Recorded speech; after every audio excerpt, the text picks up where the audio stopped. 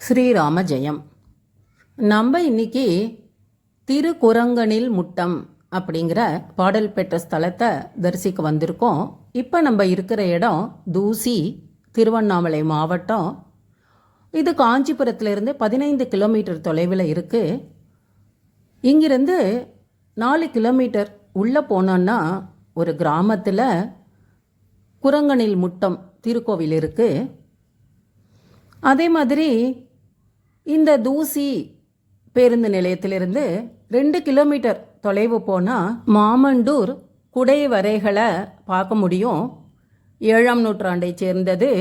மகேந்திரவர்ம பல்லவன் காலத்திய குடைவரைகள்.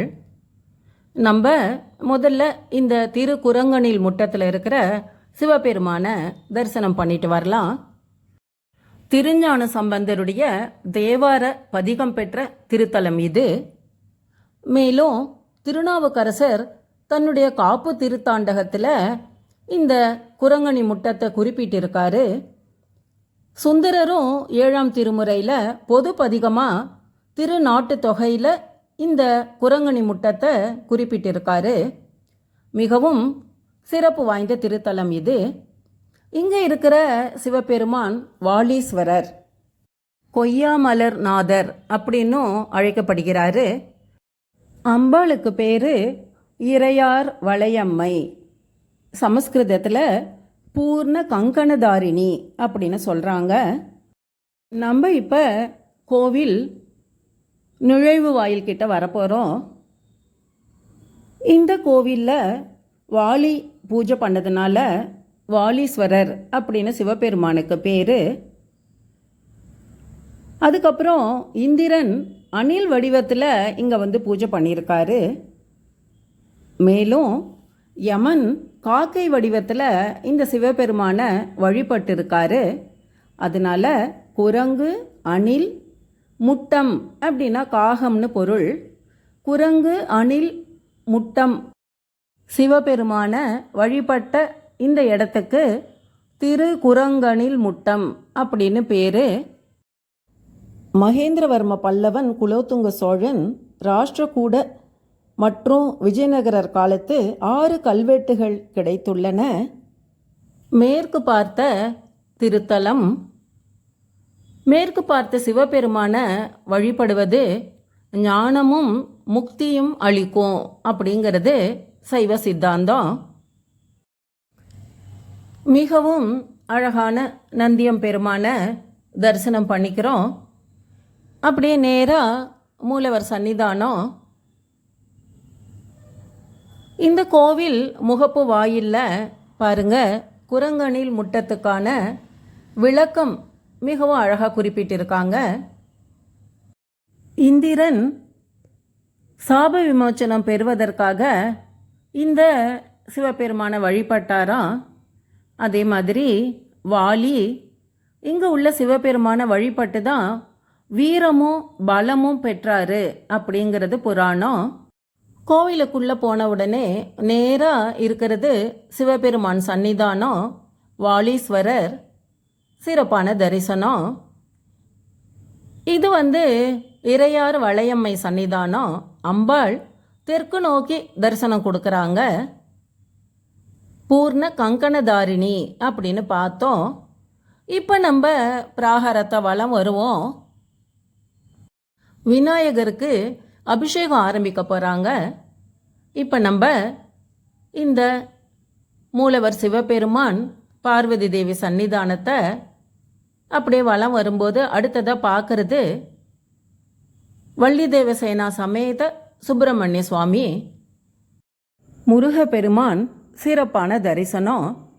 அடுத்ததாக பிரதட்சணம் தொடரும்போது உற்சவர் சன்னிதானத்தை பார்க்குறோம். சோமாஸ்கந்தர தரிசனம் பண்ணிக்கிறோம். பாருங்க, பிரதோஷ ரிஷப வாகனத்தையும் பார்க்குறோம். நம்ம இந்த கோவிலை வலம் வரும்போது திருஞான சம்பந்தர் பதிகத்தை சிந்தித்து கொண்டே வருவோம்.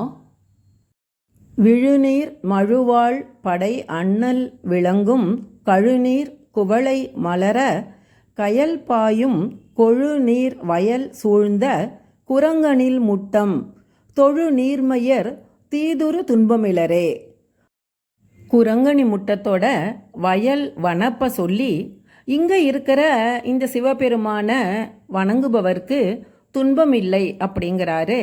நம்ம அப்படியே பிரதட்சணத்தில் கோஷ்டத்தில் இருக்கிற மூர்த்திகளெல்லாம் தரிசனம் பண்ணிகிட்டே வரோம். மகேந்திரவர்ம பல்லவன் காலத்து கல்வெட்டில் இந்த ஊர் சிவன் கோவிலை உருத்திர வாலீஸ்வரர் திருக்கோவில் அப்படின்னு தான் குறிப்பிட்டிருக்காங்க. இந்த சிவபெருமானுக்கு வாலி பூஜை பண்ணும்போது மலரை பறித்து அர்ச்சிக்காம குரங்கு மரத்தை உலுக்கி மலர் சிவபெருமான் மேலே அர்ப்பணிக்கப்பட்டதுனால இவருக்கு கொய்யாமலர்நாதர் அப்படின்னு பேர். அந்த பெயரையே சம்பந்தர் குறிப்பிடுறாரு பதிகத்தில். பிராகரத்தில் பைரவர் சிறப்பான தரிசனம். அடுத்தது சூரிய பகவான். மையார் நிறம் மேனி அரக்கர் தம் கோணை உய்யா வகையாளடர் தின்னருள் செய்த கொய்யாமலர் சூடி குரங்கனில் முட்டம் கையால் தொழுவார் வினை காண்டலரிதேங்கிறாரு. இந்த கொய்யாமலர் சூடி வாலி வழிபட்ட சிவபெருமான வணங்குவார்க்கு தொழுவார்க்கு வினைகள் தீரும் அப்படின்னு சொல்கிறாரு. கிழக்கு நோக்கிய மகாவிஷ்ணு சிறப்பான தரிசனம். திருஞான சம்பந்தர் இந்த கோவில் அம்பாள் பெயரையும் பதிகத்தில் குறிப்பிடுறாரு. இறையார் வளையம்மை அப்படின்னு அம்பாளுக்கு பேரை பார்த்தோம். அந்த பாடலை பார்ப்போம். இறையார் வளையாளை ஓர் பாகத்து அடக்கி கரையார் மிடற்றான் கரிகீரிய கையான் குறையார் மதிசூடி குரங்கனில் முட்டத்துறைவான் எமை ஆளுடையொன் சுடரானே அப்படிங்கிறாரு. இந்த குரங்கணி முட்டத்தில் உறையும் சிவபெருமான் இறையார் வளையாளை பார்வதி தேவியை தன்னுடைய ஒரு பாகமாக உடையவர். திருநீலகண்டர் கஜசம்ஹாரர் பிறைமதி சூடியவர் ஜோதி வடிவானவர் என்னை ஆளுபவர் அப்படிங்கிறாரு. தட்சிணாமூர்த்திக்கு அடுத்ததா சன்னதிலேருந்து தெற்கு வாசல்ல வெளியில் வர வழி மூலவரை மீண்டும் தரிசனம் பண்ணிக்கிறோம். தெற்கு வாசல் வெளியில் பிரதட்சணத்தை தொடரும்போது சப்த கன்னிகைகளை பிரதிஷ்டை பண்ணியிருக்காங்க. பிராமி, மாகேஸ்வரி, கௌமாரி, வைஷ்ணவி, வாராகி, இந்திராணி மற்றும் சாமுண்டி தேவியரை தரிசனம் பண்ணிக்கிறோம்.